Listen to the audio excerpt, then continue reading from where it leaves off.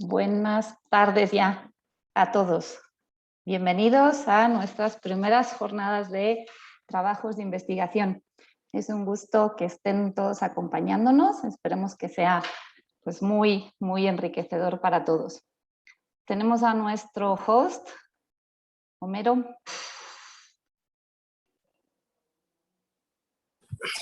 Hola, doctora Viviana. Buenos días, Homero.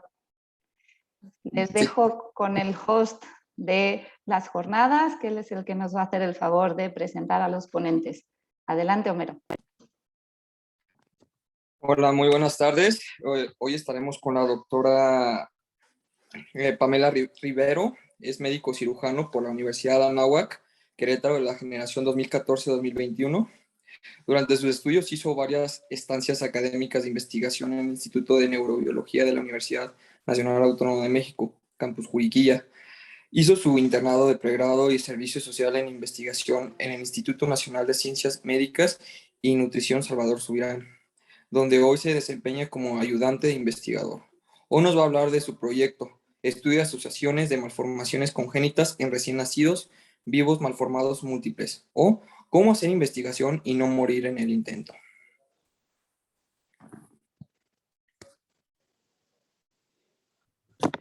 Muchas gracias. Bueno, ya me hicieron favor de presentarme. Y bueno, esta es la plática. Esta es una plática un poco informal. Lo que quiero es que se sientan con la confianza de hacerme las preguntas que tengan. Y pues bueno, como ya lo mencionaron, platicarles un poco de mi trayectoria. Y bueno, ok, empezamos.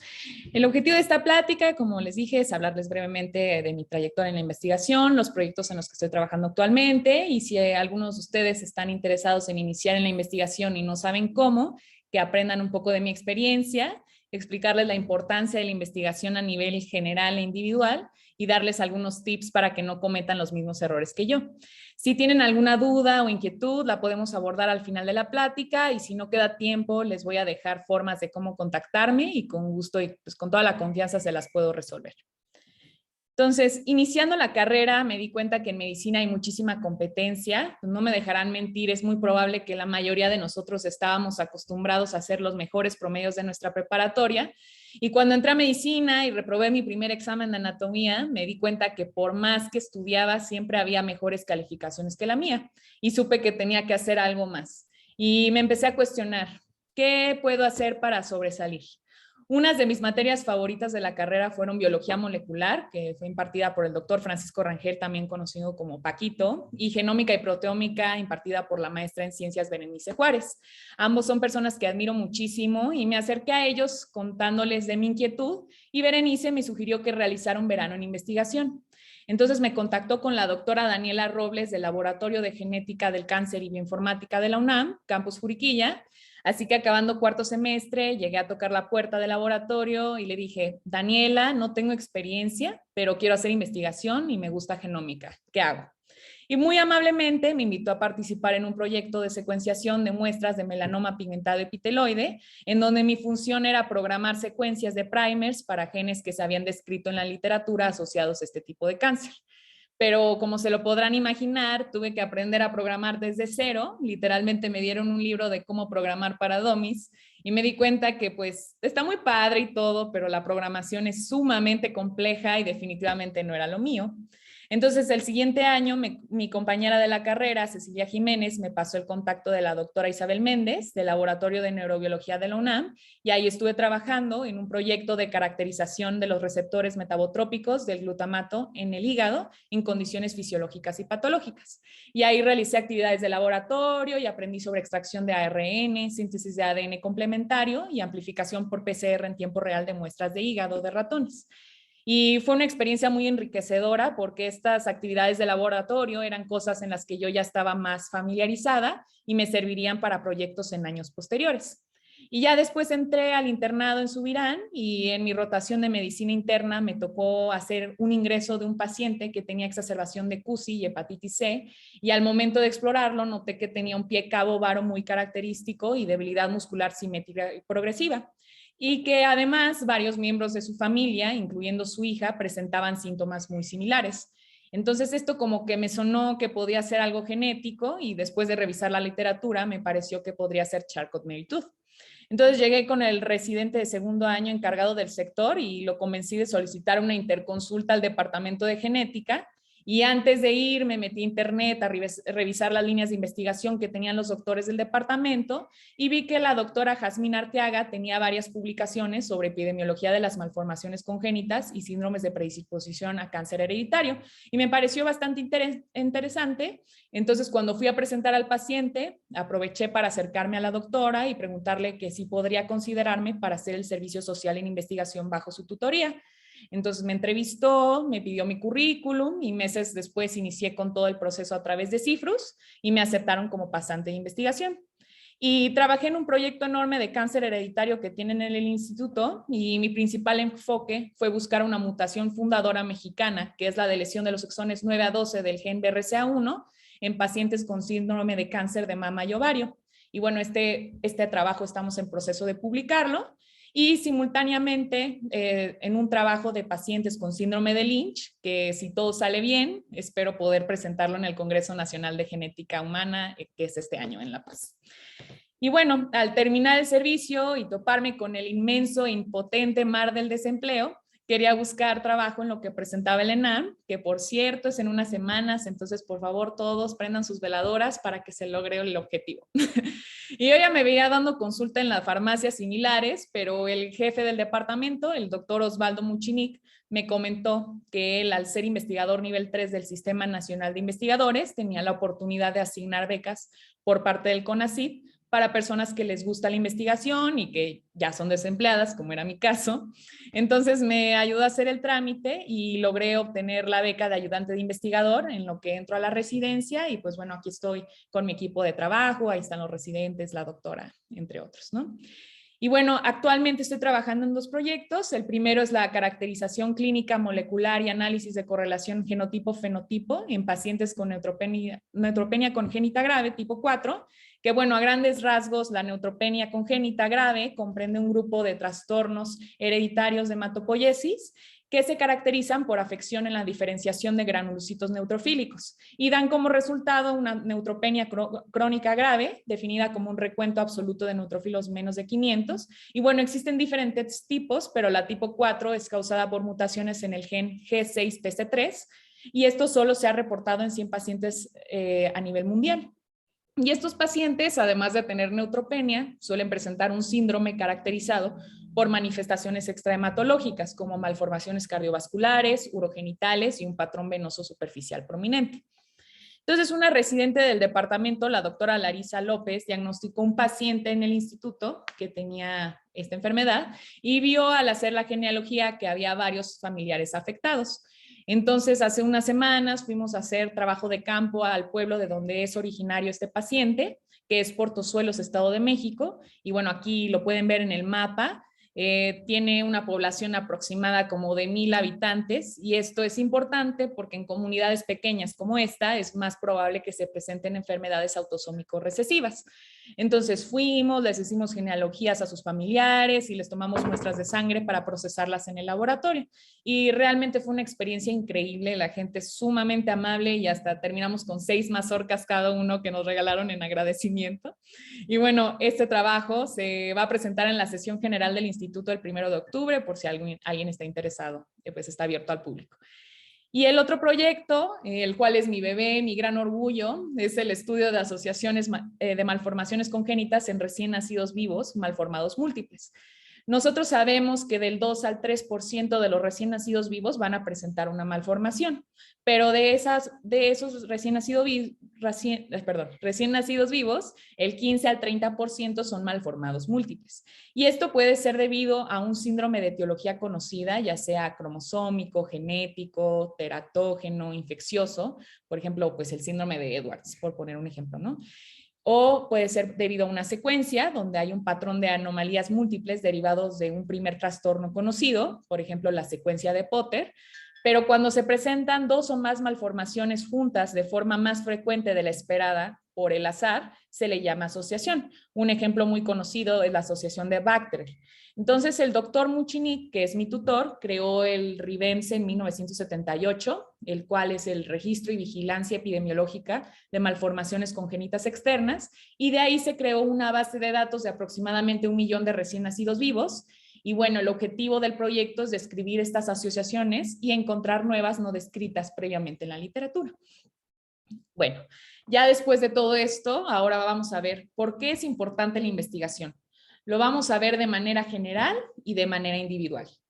De manera general, la investigación es la única forma en la que puede avanzar la medicina y la ciencia. Todo lo que sabemos de enfermedades, sus prevalencias, métodos diagnósticos, tratamientos, pronósticos, toda esta información que nosotros leemos en libros, publicaciones, guías, es gracias a la investigación. Es gracias a que una persona encontró un problema y decidió buscar una solución.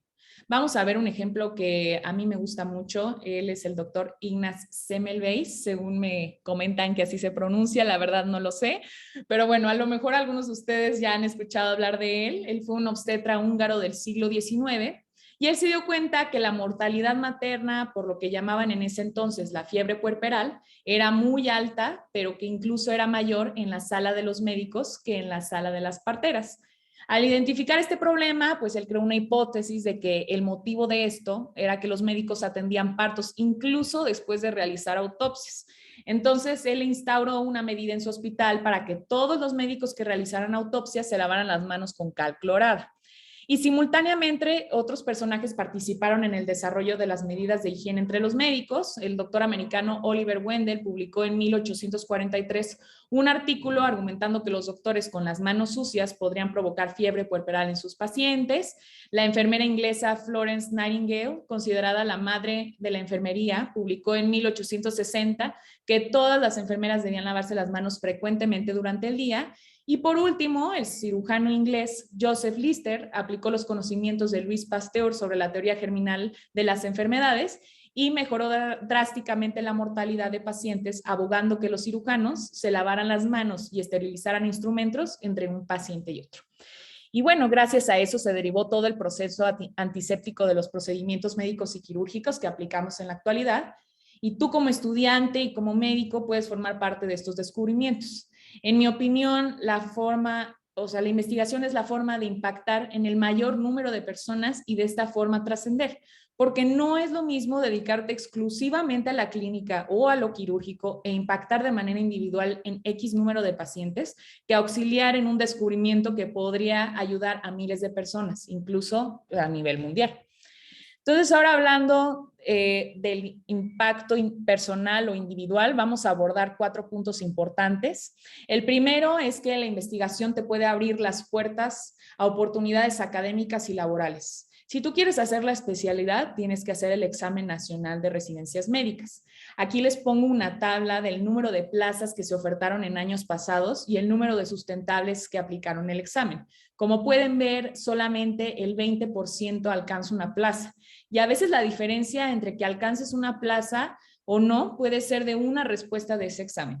Pero también deben de tener en cuenta que no solamente es pasar el examen. O sea, si quieren una plaza en un hospital de alto nivel, como los institutos de la Secretaría de Salud, por ejemplo, el INP, o los hospitales privados de la Ciudad de México como Médica Sur o el ABC, o los hospitales de tercer nivel del IMSS como el Centro Nacional de Médico Nacional Siglo XXI, pues te vas a encontrar con personas que tuvieron la misma calificación que tú, y ahí es donde tu currículum puede ser el factor que haga la diferencia.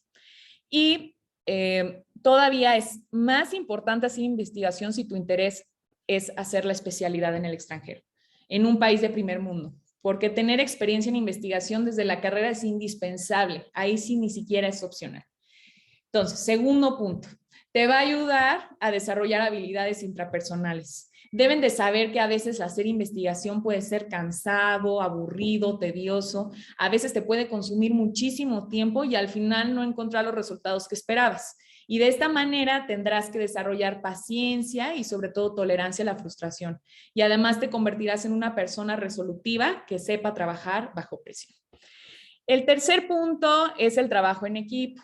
Para publicar un artículo dependerás de muchas personas que no siempre le darán la misma prioridad al proyecto al igual que tú, porque dependes de muchas instancias, como lo son el comité de ética, tu tutor, doctores de otros departamentos, personas de laboratorio, entre otros.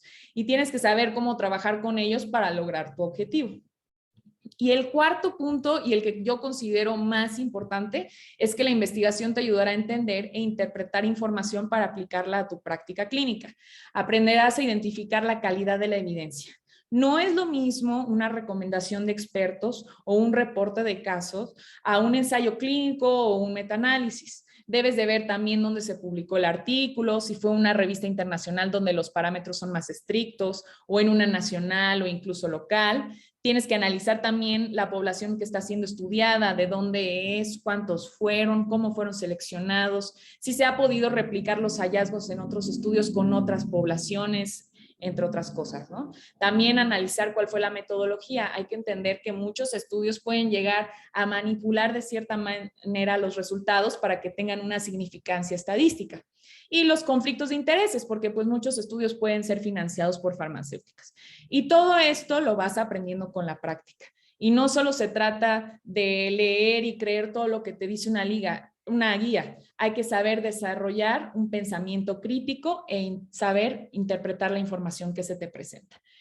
Y bueno, quisiera finalmente darles unos tips de cosas que yo tuve que aprender con prueba y error a través de mi trayectoria, que el primero es encontrar lo que les gusta.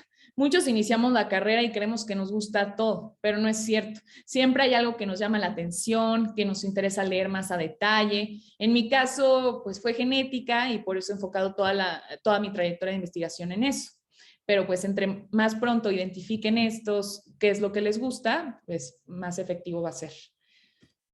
Y bueno, la segunda cosa es acérquense a sus profesores. A muchos les gusta la investigación, a otros no tanto, pero como fue mi caso, alguno podría ayudarlos a contactarse con otros que tengan algún proyecto vigente. Igual se pueden acercar a la UNAM, a los hospitales. Aquí pues les dejo unos ejemplos de los hospitales de Querétaro, a los que pueden ir, el IMO, el Hospital del Niño y la Mujer, el Hospital General, el ITO, etcétera, ¿no?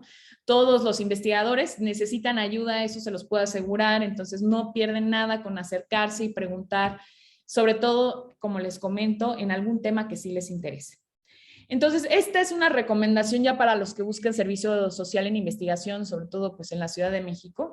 Existe el Sistema Nacional de Investigadores, que esta es una agencia gubernamental que promueve y evalúa la investigación de forma profesional en México.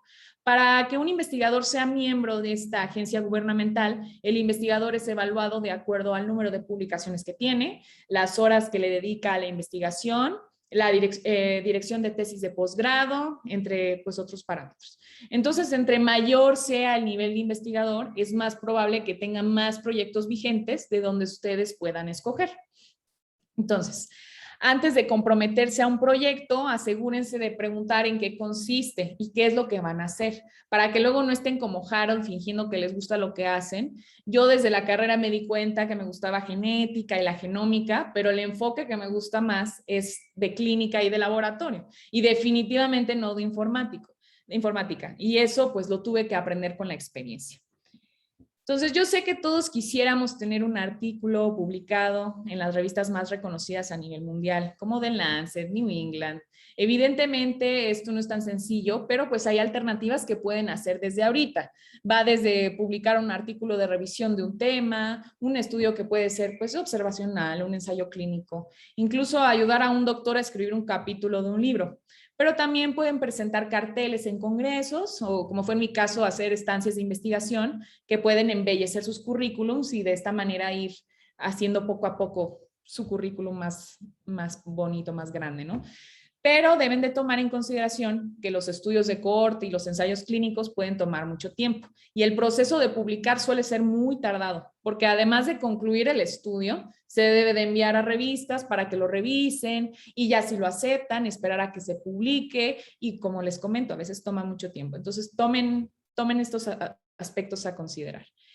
Y bueno, el otro punto es que lean artículos desde ahorita para que sepan cómo se deben de redactar, qué debe de contener cada uno, sacar ideas de líneas de investigación. En la discusión, los autores suelen decir, de acuerdo a sus resultados, qué más podría investigarse. Aquí les pongo un ejemplo de un artículo que leí recientemente, en donde menciona que la limitación del estudio fue que solo se realizó en una población europea y en algunos países del oeste, y que se necesita estudiar una población más grande y diversa, ¿no? Entonces, todos los artículos suelen tener estas pequeñas descripciones de donde pueden sacar ideas, entre otras cosas, ¿no?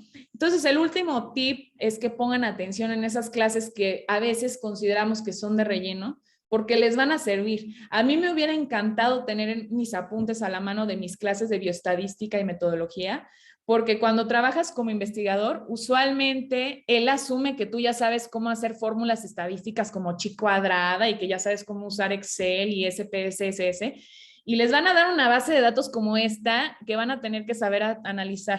Entonces, si hacen el servicio social en investigación, van a tener que llevar un curso de metodología. Pero bueno, yo tuve mi curso hasta mediados de diciembre y yo inicié el servicio desde agosto. Entonces, todos esos meses que yo llegué, pues no sabía ni qué onda. Entonces, yo les recomiendo que desde ahorita se vayan familiarizando con estas cosas, ¿no?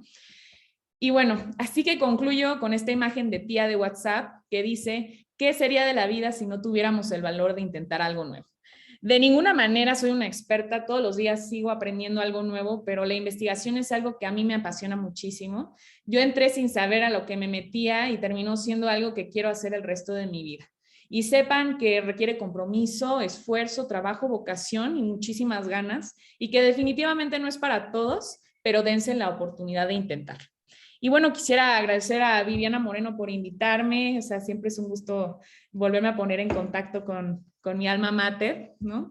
Y pues aquí les dejo mi correo y mi WhatsApp, también pueden buscarme en Facebook, con mucho gusto, si tienen alguna duda la podemos resolver ahorita, pero si quieren algo como más personal, pues escríbanme con confianza, o sea, a mí me hubiera encantado tener como un guía o alguien que me dijera qué es lo que tenía que hacer cuando empecé, entonces yo quisiera ser esa persona para algunos de ustedes y de verdad con toda la confianza me pueden preguntar. Muchísimas gracias, doctora. Muchísimas gracias. Espero que haya sido una bomba de energía y de ánimos para todos los que nos están escuchando. Ojalá y sí. Damos chance a ver si alguien tiene alguna pregunta.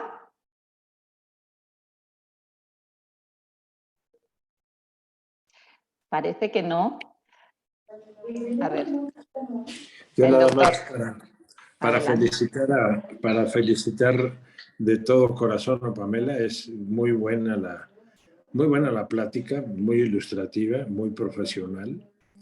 Qué orgullo de tener alumnos como tú ya nadando en el mundo de los tiburones. Realmente te felicito, me enorgullece mucho. Este año la escuela cumple 10 años y estos pequeños detalles, estos grandes alumnos son los que hacen que valga la pena lo que estamos haciendo. Felicidades, Pam. Muchísimas gracias, doctor. Creo que el doctor José Luis Copado levantó la mano. Sí, muchas gracias. Muchas felicidades por tu plática, Pamela. Como dicen, excelente. Además de todo lo que estás haciendo como investigadora, creo que tienes muy buenas habilidades para comunicar, que eso es algo que a los investigadores a veces es de lo que cojean y creo que tú lo tienes excelente. Y nada más enfatizar en lo que decías al final, ¿no? Hay veces que cuando estamos en la escuela de medicina crees que es un mundo inaccesible y ves los institutos como algo totalmente lejano.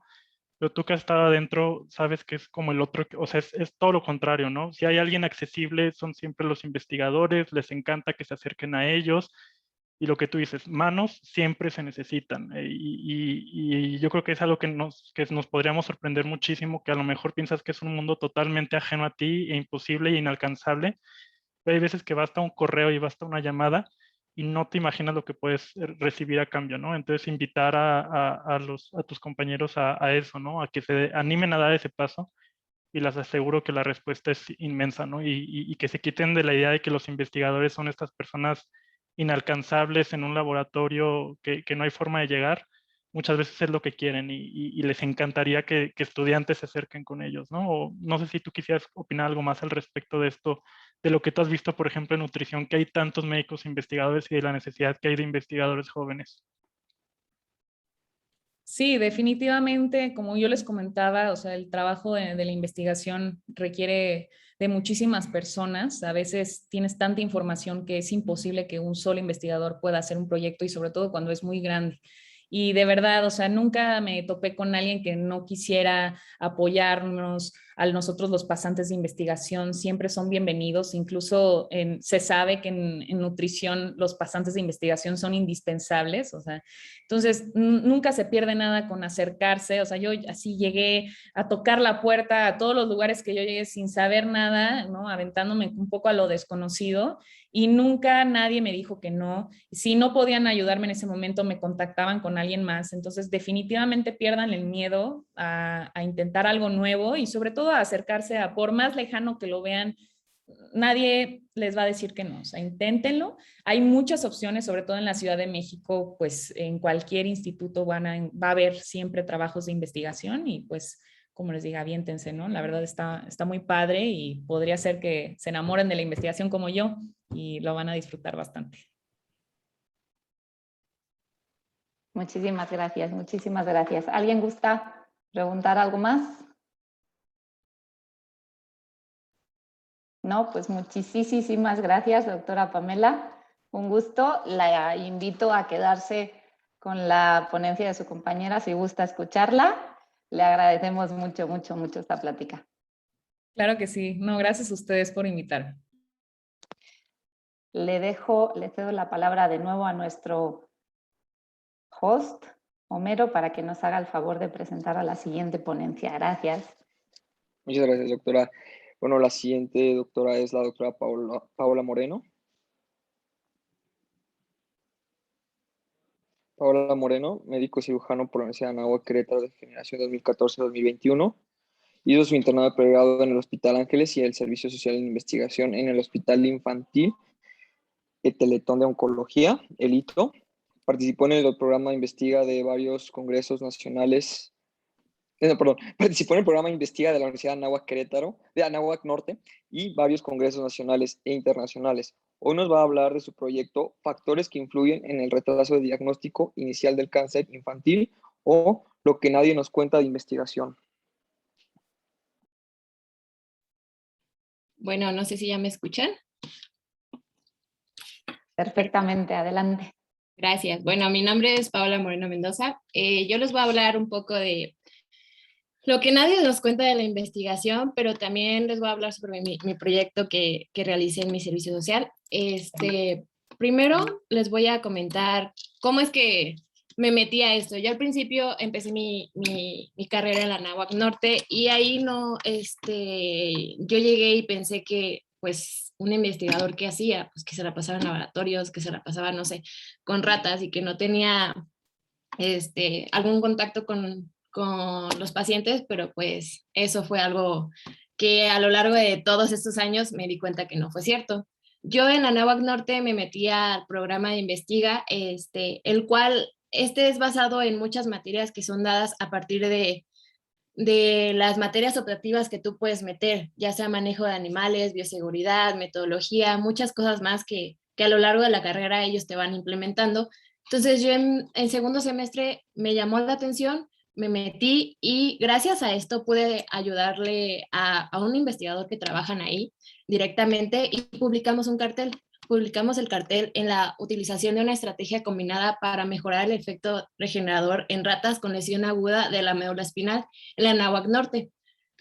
Desde ahí yo dije, como que no me llamó ya tanto la atención, porque en su momento yo trabajé con ratas, tenía mucho miedo al principio porque pues ya las tenía que manipular, tenía que hacer muchas cosas que al final no me llamaba la atención eso porque pues yo quería tener contacto con los pacientes, pero dije, bueno, está bien. Lo dejaré pasar, voy a continuar con este proyecto y luego tuve la oportunidad de cambiarme de universidad y me fui a Anáhuac, Querétaro. Y ya para el momento en el que quise hacer mi servicio social, dije, ok, le voy a dar otra oportunidad a la investigación. pero ¿cómo le puedo hacer para hacer mi servicio social en investigación? Porque actualmente no conocemos mucho sobre cómo que se puede hacer un servicio social en investigación, aparte del servicio social común y corriente que te vas a la comunidad, que acaba de aclarar que ese servicio también es muy bueno, pero pues si alguien tiene la curiosidad de cómo podemos entrar a un servicio social en investigación, es los que les voy a medio orientar cómo es esto. También al final de la presentación, si tienen alguna duda sobre cómo es el proceso, les dejo mis datos por si quieren tener más información sobre esto. Para hacer investigación como el servicio social, hay dos formas. Que la universidad directamente tenga alguna plaza de investigación, por lo cual entras directamente con promedio, o la otra forma es entrar directamente al Programa Nacional de Servicio Social en Investigación. Pero para esto es un programa a nivel nacional, como lo menciona, entonces son varios requisitos, son varias cosas que tienes que realizar. Por ejemplo, uno de los requisitos es tener promedio mayor de 8.5. Posterior a esto, tú tienes que buscar un tutor. Este tutor tiene que tener SNIT 1 o que su institución lo avale como investigador para poder realizar esto, porque tú al final de cuentas no te vas a meter al servicio social y tú hacerlo de cero. Tú tienes que tener la forma en que el tutor te va a ir guiando cómo tienes que ir a hacer tu investigación. También para poder entrar a la convocatoria se lanza directamente en Cifrus y en esa convocatoria tú ya tienes que mandar un proyecto de investigación como un borrador que sea en la línea de tu tutor. Entonces también tienes que ahí ver si te gusta la línea del tutor en la que tú estabas trabajando. Por ejemplo, mi caso, mi tutora trabaja en el ITO. Ella es genetista, entonces al final de cuentas a mí me llamaba mucho la atención la genética, igual que mi compañera Pamela, y la pediatría. Entonces dije, ok, está bien, me voy a meter al ITO, pero como ya iba a ser muy diferente a lo que yo ya llevaba con investigación, dije, ok, sí voy a hacer mi servicio social en investigación, porque ahora sí voy a ver pacientes, ahora sí voy a tener contacto con personas más que nada que no con ratas. Entonces, al final de cuentas, mi proyecto de investigación en el cual yo trabajé todo mi año de servicio social fueron factores que influyen en el retraso del diagnóstico inicial del cáncer infantil.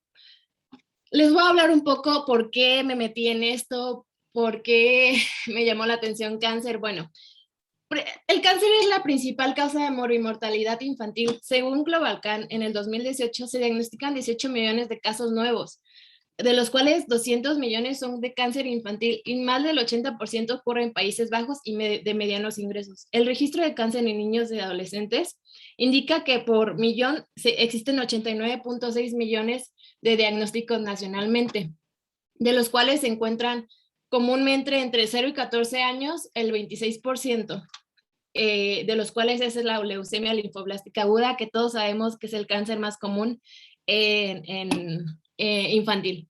Se estima que entre el 2020 y el 2050, 11.1 millones de niños van a morir de cáncer infantil.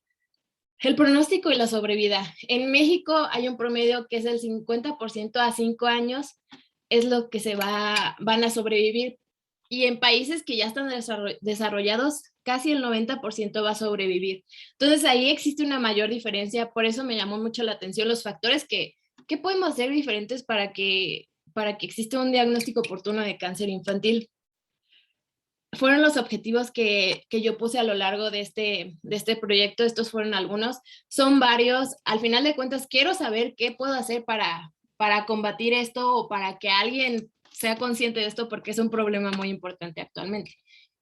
Como metodología de esta investigación, ¿qué tomé en cuenta? Pues obviamente yo tomé en cuenta el sexo, la edad, cuántos doctores consultaron, qué tipo de cáncer tuvieron, si vivían en zona urbana, si vivían en zona rural, si tenían alguna religión, cuánto tiempo tardaron en llegar al diagnóstico de cáncer, que si utilizaron, no sé, homeopatía, que si usaron algo de hierbas, meditación, masajes, antes de poder tener un diagnóstico de cáncer. El estudio fue un estudio retrospectivo, observacional y descriptivo de expedientes de pacientes de menores de 18 años con diagnóstico de cáncer que entraron en enero del 2013 a febrero del 2021 en el ITO, que es el Hospital Infantil de Teletón de Oncología. En total encontré 406 pacientes, De esos 406 pacientes, 230 pacientes fueron masculinos, 176 pacientes fueron femeninos. Y pues aquí está una tabla que más o menos nos dice cuántos cánceres tenían, qué tipo de cáncer predominó más. Aquí podemos ver que la leucemia fue la que predominó más en total. En pacientes masculinos igual fue la leucemia y en femeninos fue la leucemia. Es la que mayor tienen cáncer infantil. Por ejemplo, que encontré es que el tipo de riesgo en el que llegan los pacientes al hito llegan en un riesgo alto. ¿Eso qué quiere decir? Que al final de cuentas pasa mucho tiempo en el momento en el que existe el diagnóstico y que llegan al hospital Teletón para poder iniciar un tratamiento. Entonces, a lo largo de este estudio son muchas variables que yo estudié. Si están más interesados en que se las diga todas, contáctenme, porque pues si no, esta plática se alargaría mucho. En discusión observamos que el género masculino tuvo mayor frecuencia. También predominaron los cánceres linfomatopoyéticos con un 39.90%. Nuestro objetivo fue identificar factores que influyen y observamos que el tiempo que transcurre entre los síntomas y el diagnóstico es de 0 a 31 días en el 37%, pero en el 29% son más de 90 días. Entonces, ¿cuál es la concordancia entre esto? También notamos que el 20% de nuestros pacientes que llegan al hito también tenían, no sé, o IMSS, o ISSSTE, o Seguro Popular. Entonces, ¿por qué se fueron al hito sabiendo que ellos tienen la forma en ser tratados? Pero pues ellos buscaban un hospital especializado al final de cuentas. Y la conclusión, la detección oportuna del cáncer ya está bien identificada. Sin embargo, es importante que los médicos de primer contacto tengan una mejor base de conocimiento para que tengan una sospecha de cáncer infantil con una buena capacitación de los principales signos de cáncer. Y los signos de cáncer pueden ser ya sea fiebre, náusea, pérdida de peso, vómito y muchas cosas más que tienen que ser conscientes sobre esto. Ante la más mínima sospecha de cáncer deben recurrir a estudios laboratorios básicos. No pueden decir que no tienen los recursos. Puedes hacerte una biometría hemática, un ultrasonido para ver si tienes algunos niveles diferentes y pues así ya poder hacer una referencia oportuna de estos pacientes. Los médicos deberían involucrarse en las actividades educativas y los pasantes de servicio social en medicina podrían ser buenos difusores de la educación. Esto es a grandes rasgos todo lo que yo hice en un año de servicio social. Pero, ¿qué tan difícil es hacer esta investigación? Para hacer investigación, primero tienes que quitarte los miedos y decir de que hay investigación, ¿para qué me sirve? Pues al final de cuentas es algo que con tu carrera puede funcionarte y servirte, no sé, si quieres hacer una especialidad, como comentaba mi compañera, a veces puedes tener el mismo promedio en el examen que sacaste, pero algo que va a defender si entras a ese hospital, a la especialidad, es si tuviste algún antecedente de investigación y si tuviste ese antecedente de investigación que tenga relación con la especialidad que tú elegiste. ¿Cómo le hice yo? Pues al final de cuentas es preguntando. No pasa nada por preguntar, como yo siempre digo, el no ya lo tienen, pues pregunten, y si pueden, pues adelante. Al final de cuentas, a los investigadores nunca te van a decir que no, porque siempre les va a servir la ayuda que necesitan. Las manos extras siempre son las mejores. Y al final de cuentas, el punto es estar entrando en esa investigación, hacer, no sé, un caso clínico, ayudar a escribir un libro, un proyecto de investigación completo. Al final de cuentas, también tienes que ver a ti si te gusta ese ámbito, ¿no? Meterte a materias que tengan relación con esto de la metodología, y también hacer las publicaciones, leer artículos, saber qué es lo de la metodología. Al final de cuentas, a nosotros nos enseñan epidemiología y todo esto, y no nos gusta o bioestadística y decimos, ¿para qué nos sirve? Pues en investigación te sirve bastante porque al final de cuentas tienes que hacer varias hojas de Excel, analizar todos los datos, pero al hacer esto no quiere decir que nunca vas a ver pacientes. Por ejemplo, mi doctora que me ayudó con mi investigación en el servicio social, ella es genetista y ella sigue teniendo sus consultas todos los días. ella se mete más investigación en, por ejemplo, oye, encontré este paciente que es muy raro, hay que investigar. Investigamos sobre este paciente y vamos a hacer un caso clínico y lo vamos a presentar en la IMPER. O sea, hay muchas formas de hacerlo. No necesariamente tienes que pasártela en un laboratorio para poder hacer investigación. Y pues estas son mi contacto por si que tienen alguna duda y pues con toda confianza. Muchísimas gracias, doctora. Muchísimas gracias. Le voy a dar paso a la pregunta que tenemos de Gabriela Jocelyn. No sé si gusta prender su micrófono o nos la escribe por el chat. Hola, no sé si me escuchan. Sí, perfectamente. Adelante. Pues más que duda es una felicitación para Pame y para Pau. Gracias a Dios tuve pues la coincidencia de estar con ellas en mi generación. La verdad es que soy testigo de todo el esfuerzo que han hecho ambas para llegar hasta donde han llegado. Son súper dedicadas y de verdad que las admiro demasiado. No prendo mi cámara porque, como dijo Pame, estamos a 2 de presentar nuestro examen nacional de especialidad, entonces no estoy, no estoy en condiciones, pero solamente era para felicitarlas y que tengan la dicha de poder llamarlas amigas. Entonces, pues yo creo que como ellas dicen, probablemente si no nos llama tanto la atención como tal el hacer investigación, no está de más siempre tener amigos a los que el día de mañana, siendo especialistas o no especialistas, podemos voltear y decir, oye, ¿sabes qué?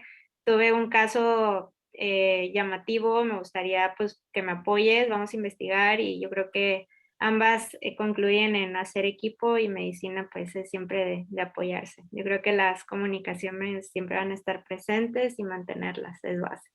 Y pues muchas felicidades, Pau y Pame. De grande quiero ser como ustedes.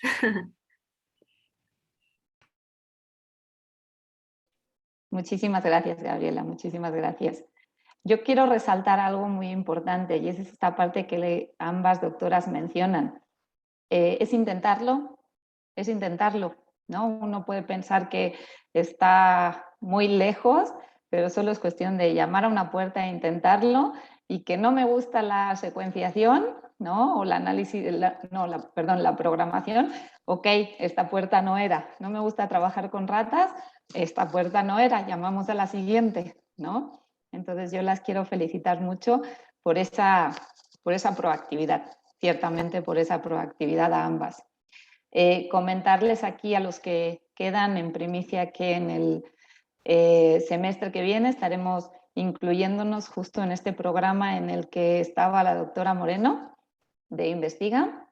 A partir del semestre que viene también tendremos Investiga aquí en la Anáhuac Querétaro, ¿no? Entonces, pues ahí tendrán también muchísimas oportunidades. Entonces, muchísimas gracias a ambas. No sé si alguien tenga alguna pregunta, veo una mano levantada, pero creo que era de Gabriela. Pero si alguien tiene alguna pregunta más y gusta, damos un momentito. ¿No? Bueno, pues agradecerles mucho a las dos, a nuestro host, Homero, por las presentaciones, e invitarles a estar en nuestra segunda sesión en la tarde, que será a las 4:30, que tendremos a 2 ponentes más contándonos más sobre cómo y por qué hacer investigación. Les esperamos hasta entonces. Bye, bye. Muchísimas gracias a todos. Gracias. Gracias.